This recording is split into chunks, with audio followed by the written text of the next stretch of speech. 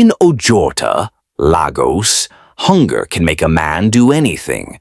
But when Tejiri, a struggling wheelbarrow pusher, picked a 1,000 naira note from an accident scene, he didn't know he'd just invited something dark into his life. Because this money never stops coming back. Welcome to Tales at Dusk, the archive of rich African tales. The sun above Ojota was a harsh judge that afternoon, the kind that pressed heat into skin and made the asphalt shimmer like boiling oil. Tejiri stood by the roadside, one hand on his wheelbarrow handle, eyes scanning the busy market like a hunter with no prey in sight. It was another day of waiting, another day of hoping.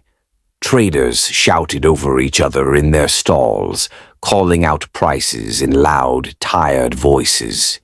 The air was thick with the smell of roasted corn, exhaust fumes, and sweat. People moved in a hurry, buying, selling, arguing, laughing, all chasing survival, just like him. But unlike them, Tejiri had not eaten since morning. He wiped his forehead with the back of his palm, feeling the sting of salt from dried sweat. A light breeze carried dust and the sound of a bus conductor yelling, "Ojota! Ojota straight! Last one chance, oh!" Tejiri's stomach grumbled again. He had been pushing wheelbarrows for almost 3 years now, not because he loved it, but because it was all he had. In this city of endless hustle, nobody cared about your dreams, only what you could carry, sell, or survive on. He was 26, tall but lean, the kind of lean that spoke of long hunger and hard labor. His skin glistened with the kind of shine that comes from heat, not oil. His eyes were tired, yet still had a small flame, that stubborn fire that Lagos never quite kills. When customers came to the market, Tejiri would rush to them, begging softly, "Oga, make I help you push, am small now." Sometimes he was lucky, most times others, stronger, more aggressive, would snatch the chance before him. And when he went home at night, his body would ache, his throat dry, and his pockets empty. The only sound waiting for him was the distant laughter of other tenants in his slum, men who drowned their pain with cheap gin and loud music from broken speakers. That afternoon, hunger made his vision blur slightly. He leaned against his wheelbarrow, watching the moving crowd. "Just one customer," he whispered to himself. "God, just one person make I carry load for. I beg." But the market gave him silence. Minutes passed, then hours. The sky started to turn pale, the kind of brightness that warned of late afternoon. He sighed and began pushing his empty barrow toward the main Ojota road, where cars roar past like angry animals. There he often sat, hoping maybe someone would stop, or a small miracle would find him. Little did he know that his miracle was already racing toward him. A sudden screech split the air. "Ah, Jesus!" someone shouted. Tejiri turned just in time to see a black Toyota Camry lose control, jump the curb, and hit a man who had just crossed the road. The sound was sharp, metal, bone, and shock colliding at once. The man flew a short distance and hit the ground with a dull thud. People screamed and rushed toward the scene. The driver sped away, vanishing into the crowd and traffic. Tejiri dropped his wheelbarrow and ran forward. His heart pounded as he knelt beside the injured man, his face bloodied and eyes flickering weakly. Others gathered around, shouting for help. "Somebody call ambulance. Na hit and run oh. You don't die?" Tejiri's hands trembled as he tried to lift the man's arm, maybe to check for a pulse. And that was when he saw it. A 1,000 naira note, crumpled and stained with dust, slipped from the man's fingers. It fluttered down beside his sandal. For a split second, Tejiri froze. His eyes darted between the note and the man's fading breath. Then, like something automatic, his hand moved, quick, almost guilty, and snatched the money. He stuffed it into his pocket and then joined the others in shouting and lifting the man. But before they could carry him anywhere, the man's head tilted to the side. Silence spread through the crowd. "He don't die," someone whispered. Tejiri's stomach twisted. He looked at the lifeless body, then at his dusty hands. Something inside him felt wrong, but another voice whispered louder, "You needed the money." When the crowd began to disperse, he quietly wheeled his barrow away. By the time the sun dipped into the clouds, his body was moving, but his mind wasn't. He kept replaying the scene, the sound, the man's eyes. Yet, when his stomach growled again, guilt faded, replaced by hunger. He reached into his pocket and brought out the note. It was slightly torn at one edge, but something on it caught his eye. A small skull drawn faintly in red pen on the top corner. He frowned. "Nahude draw nonsense for money," he muttered, brushing it with his thumb. He'd seen worse.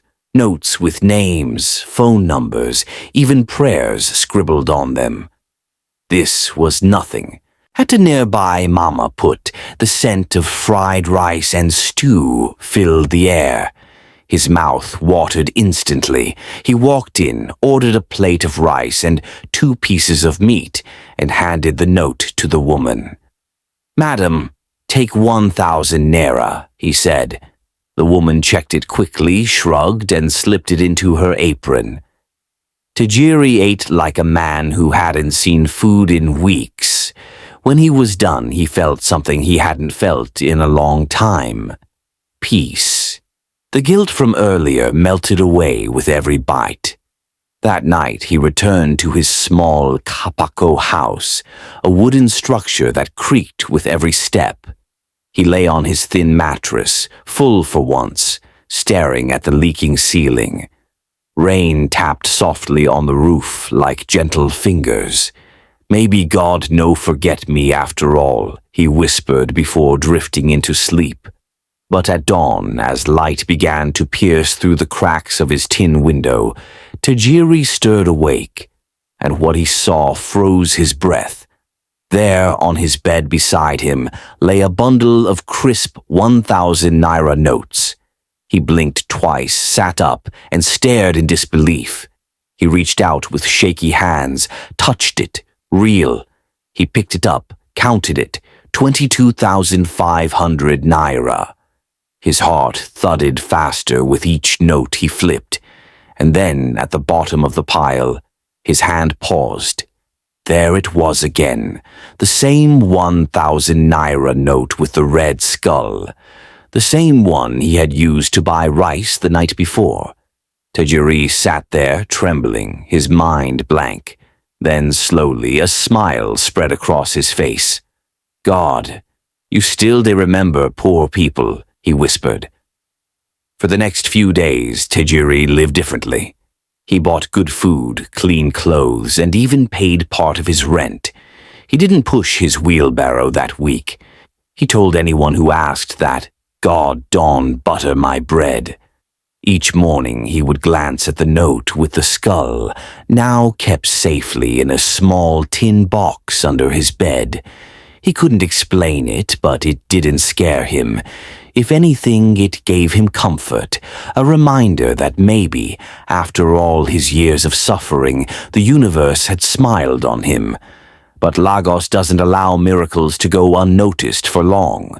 By the 5th day, the bundle had reduced again, hunger, small expenses, helping 1 or 2 friends. The money was almost gone. Only one note remained, the same 1,000 naira with the red skull. He held it up, smiling faintly. "Now you again," he murmured. That evening he used it to buy food, rice and beans with 2 meats, and even a soft drink. The next morning, sunlight crept into his room through the cracked roofing sheet. Tejiri turned on his bed and froze. Another bundle of money sat there, different amount this time, 25,000 naira, mixed denominations. And right in the middle of it was the red skull, 1,000 naira. He gasped, stepping back. Jesus Christ of Nazareth! His heartbeat quickened. This was no coincidence. The pattern was clear now. Whenever he spent that note, the money returned, multiplied. Fear tried to whisper, but hunger and excitement shouted louder. Tejiri smiled slowly. If na miracle, then make E continue. That day he didn't touch his wheelbarrow at all. He had found something better, something that looked like a blessing, but carried the shadow of a curse. By the next morning, Tejiri's fear had turned into curiosity. He sat on his bed, the bundle of money spread out before him like a secret he couldn't tell anyone. He stared at the 1,000 naira note with the red skull, the ink faint but menacing, almost like it was watching him. He had to know if it was real, if it truly carried some power, or if hunger had just made him hallucinate. So he decided to test it. That afternoon he walked into a small kiosk near Ojota bus park. The woman there, Mama Ife, sold drinks and provisions. A bag. Give me 2 pure bliss, 1 Coke, Tejiri said casually. He handed her the 1,000 naira with the red skull. She smiled, collected it, and gave him change. 400 naira. Tejiri walked away, heart beating fast. He didn't care about the snacks, he only wanted to see what would happen next. That night, sleep refused to come. He lay awake on his bed, staring at the rusted zinc ceiling, listening to rats scurry in the corners. When his eyes finally closed, he dreamt of a dark road and a faint laugh echoing in the wind, low, mocking, distant. He woke up sweating. Then he saw it, right beside him on the bed, a fresh bundle of cash, thicker than before. He gasped, sitting upright. Ha! It happened again! He grabbed it quickly, counting with trembling fingers. 32,000 naira this time, and buried somewhere in the middle, that same 1,000 naira with the red skull. He dropped the money like it was hot coal and stepped back, breathing fast. Then slowly his lips curled into a smile. "Na real miracle," he whispered.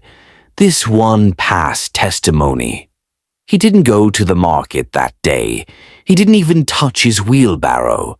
He took a long walk instead, strolling through the streets of Ojota with new confidence. For once, people looked at him differently.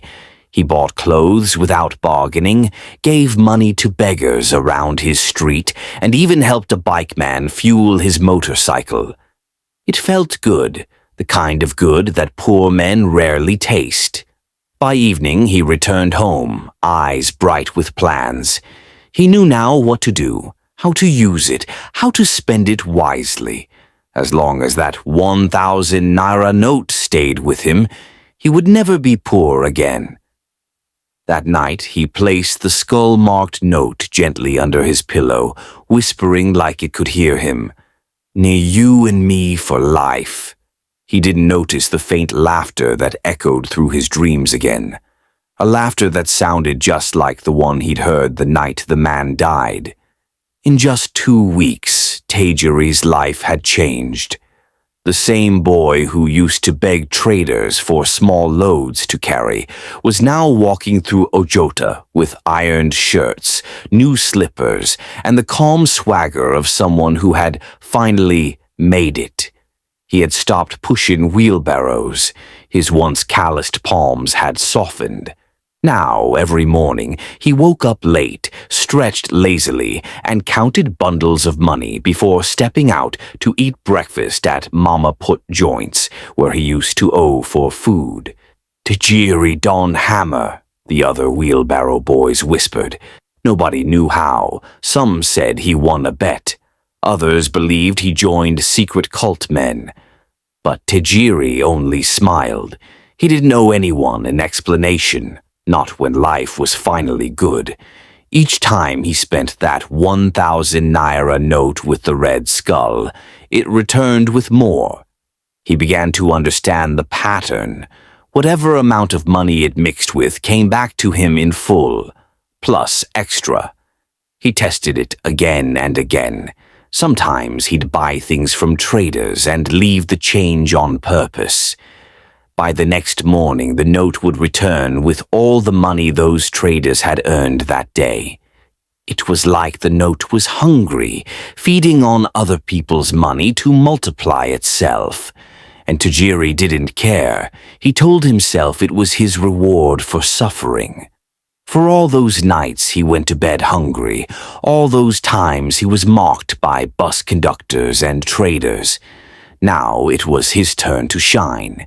He became a small king in the slum. Children greeted him with smiles. He started tipping young boys at the car wash 500 naira just for rinsing his sandals. He even started giving advice to other hustlers, saying, "No be by muscle, nah by grace." Deep down, though, he knew there was something strange about that money. Sometimes, at night, he'd hear faint whispers when counting it, like the sound of distant breathing or muffled laughter. The first few times he thought it was imagination, but the whispers grew louder with each new bundle that appeared. Still, he ignored them. He didn't want to question his blessing. One night, as he arranged his bundles neatly on his bed, a thought crept into his mind. If this note can bring money from small traders, what if I use it in a big place? His eyes brightened. Petty markets were too small now. He wanted real money. Millions. "ShopRite," he whispered, smiling. "That's where the rich people spend." He stared at the skull on the note, running a finger over it. "Tomorrow," he said confidently, "we go find bigger money." He didn't notice how, under the dim lantern light, the skull on the note seemed to grin wider, like it knew something he didn't. Tejiri woke up that morning feeling unstoppable. The tiny room that once felt like a prison now looked like a palace to him. Bundles of cash sat stacked neatly in a plastic bowl beside his bed, wrapped with rubber bands. He grinned. "Ojota no go see me again. I go spend my money like rich man." He took a long bath, wore his cleanest shirt, and splashed perfume he had bought from a street hawker. Then he picked up the 1,000 naira note with the red skull, now folded carefully in his wallet, and smiled like a man holding destiny. His plan was simple. Go to ShopRite Ikeja, buy expensive things, and let the note do its magic. If it could attract money from petty traders, then it would surely multiply faster among the rich. He stepped out of his K-Paco house, whistling confidently as he walked towards the bus stop. For once, the sun didn't bother him. He felt chosen, protected, untouchable. At Ojota Main Road, he waved down a Kiki Napep, heading toward Maryland. He jumped in, greeted the driver, and leaned back with a smile, imagining himself walking through ShopRite's bright glass doors. But just as the Kiki reached the main expressway, a loud horn blared behind them. Beep! Beep! Before Tejiri could turn, a speeding Danfo bus swerved violently to avoid another car and rammed into their Kiki from behind. The impact threw him forward. He hit his head on the front rail, the world spinning into blinding light and noise. People shouted. Tires screeched. "Driver! Driver! Person don wound o!" Tejiri felt his chest tighten, his breath shallow. Then darkness. When he opened his eyes, he was lying on a hospital bed. His head throbbed, and a nurse stood over him. "You're lucky," she said. "If no be God grace, the story for dawn change." Tejiri blinked, confused, his memory slowly piecing itself together. Then he remembered. The note. He searched his pocket frantically. It was still there, folded neatly, untouched. He let out a shaky laugh. "Even accident, no fit collect am," he murmured weakly. The nurse gave him a puzzled look, but he just smiled, staring at the wallet like it held his soul. After a week of rest, Tejiri returned home, limping slightly, but still determined. He convinced himself it was just bad luck. "Devil no one make I enjoy," he muttered, "but he no go work." This time he decided to try somewhere else, a big pharmacy in IKEA not far from Allen Avenue. He would buy expensive drugs, spend the note, and wait for it to multiply again. He pocketed the skull-marked 1,000 naira and set out, unaware that the road ahead already waited with another accident, and another warning he would still ignore. The evening sky over Ikeja glowed orange as Tejiri limped out of his street, determined. The last accident had only made him more careful, not wiser. He avoided the main road this time, muttering prayers under his breath, one hand pressed on his wallet like it contained his heartbeat. Inside that wallet lay the 1,000 naira note with the red skull, folded neatly, patient as ever. He boarded a bus toward Allen Avenue, eyes sharp and cautious. The bus sped past the busy traffic lights and glowing signboards, past hawkers waving gala and bottled water. Tejiri's mind wasn't on the road. It was on what he would do with his next bundle of miracle money. "This time I go invest," he told himself quietly. "No be to waste on food and fine cloth again." He smiled at the thought, but fate wasn't smiling back. As the bus approached the roundabout, a delivery bike suddenly cut across their lane. The driver swerved sharply, shouting, "Ah!" "You won't kill person?" Tire screeched. People screamed. Tejiri's world spun again, glass shattered. Then everything went black. When he woke up, the sharp scent of antiseptic filled the air. He was in a hospital bed again, his leg bandaged, his body sore. Beside him, a nurse whispered, "You're lucky, sir." That accident killed 2 people. Tejiri's heart dropped. 2 people. He turned his head slowly toward the side table and froze. There it was, sitting innocently beside a small Bible the nurse had placed there. The 1,000 naira note with the red skull. He hadn't brought it to the hospital. He hadn't touched it since the crash. Yet, somehow, it had followed him. He felt a chill crawl through his body. "Now wetin be this?" he whispered shakily. That night, while others slept, Tejiri drifted into a strange dream. He was standing on a wide, empty road, dark, silent, endless. From afar, headlights approached slowly, their light flickering like ghost fire. Then a deep voice echoed, laughter mixed with thunder. "You shall die by the roadside, just like him." Tejiri turned in horror and saw the man from the Ojota accident, his face pale, eyes hollow, blood dripping from his temple. In the man's hand was that same 1,000 naira note, the skull glowing bright red. The man pointed at Tejiri, laughing madly. "You took it? Now it takes you." Tejiri jolted awake, sweat running down his face.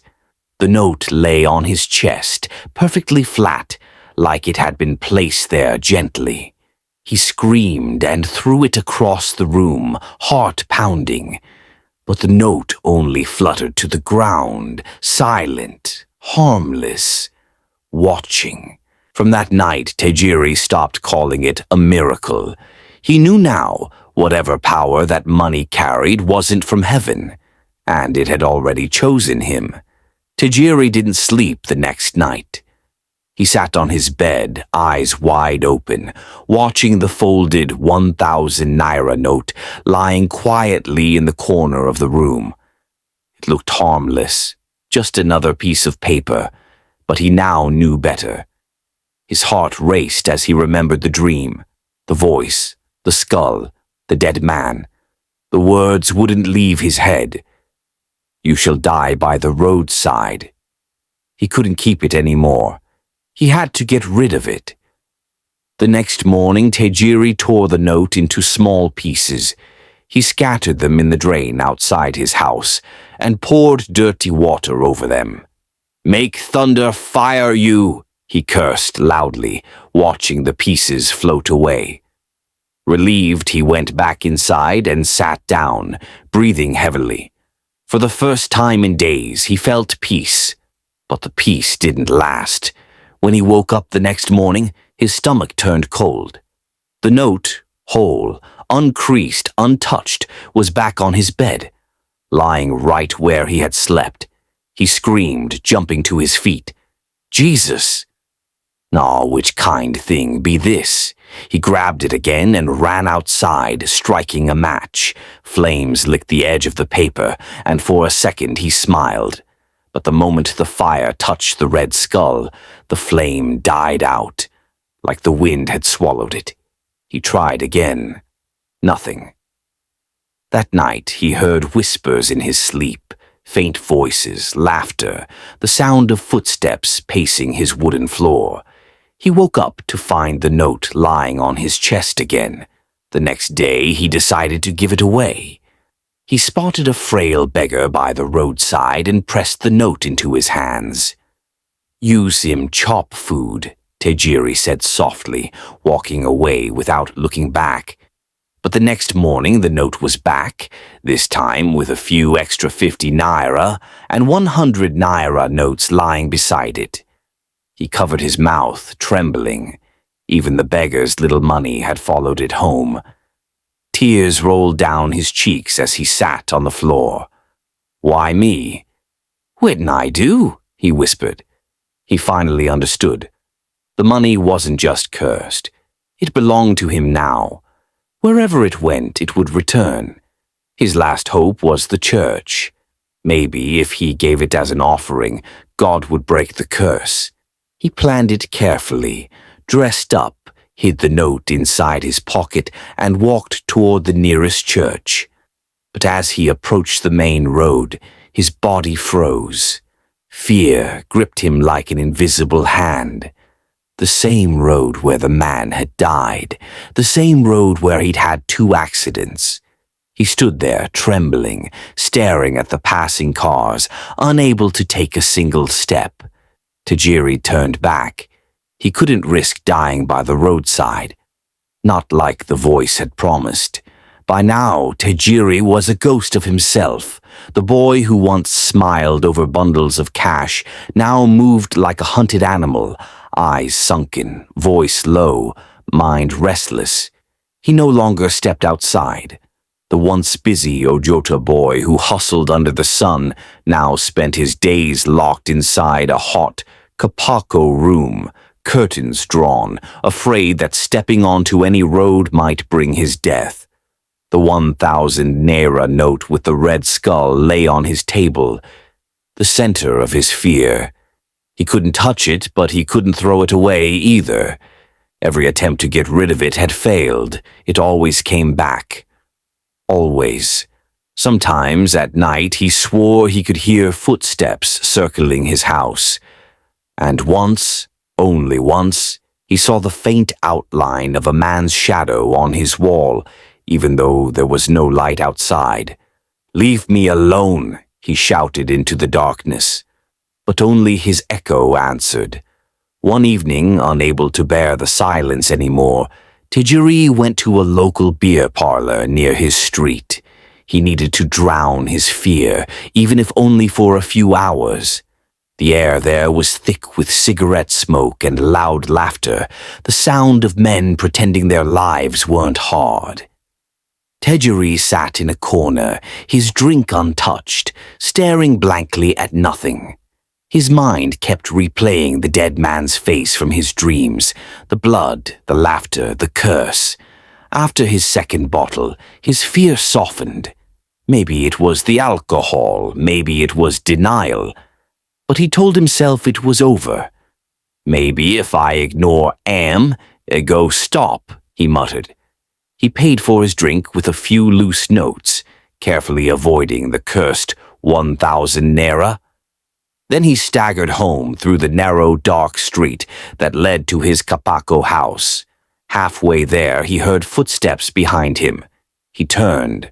Too late. 3 men emerged from the shadows, faces masked, torches in hand.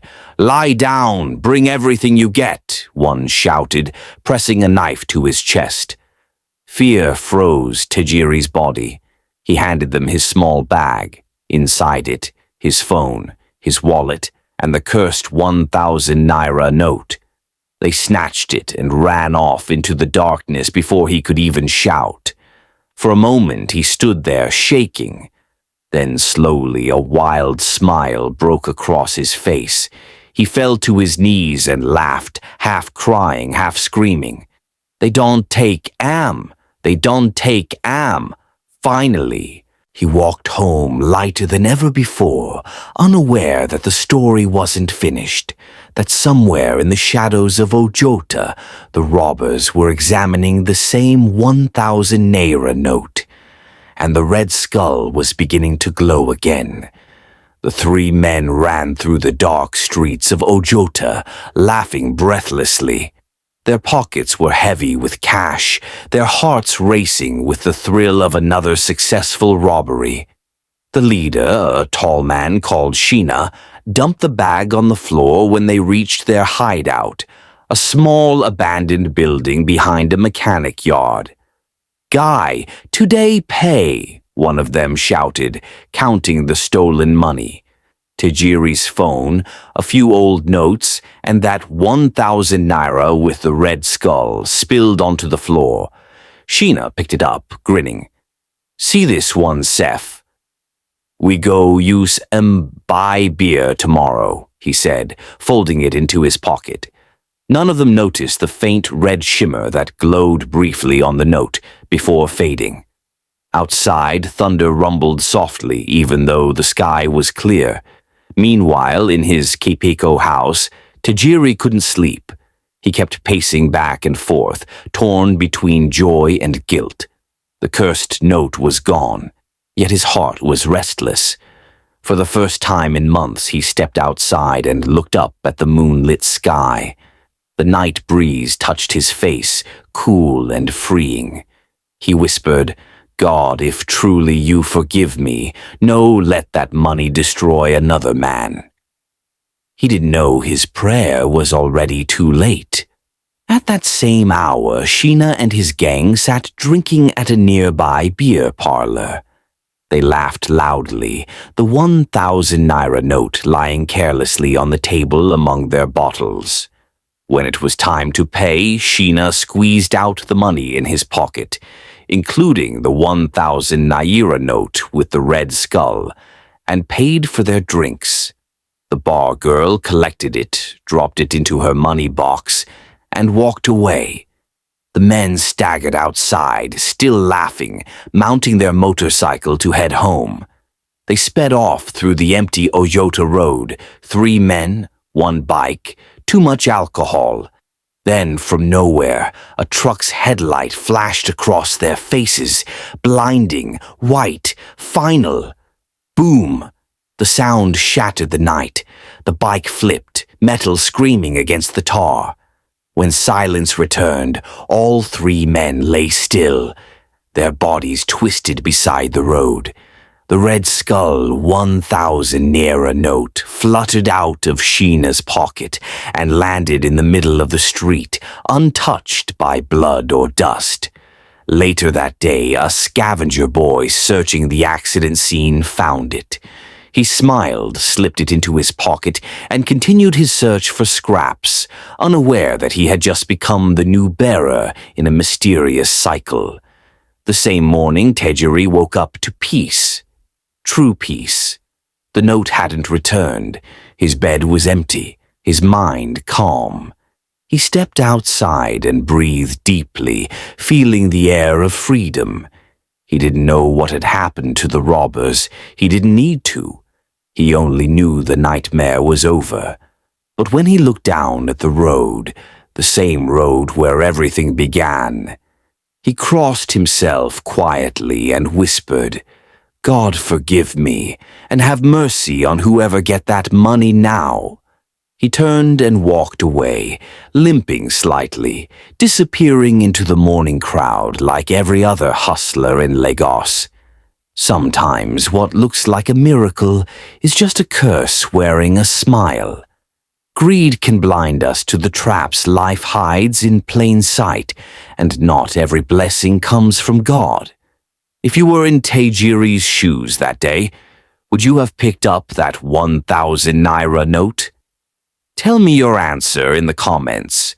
And if this story touched you, don't forget to like, share, and subscribe for more powerful stories that open the mind and stir the soul.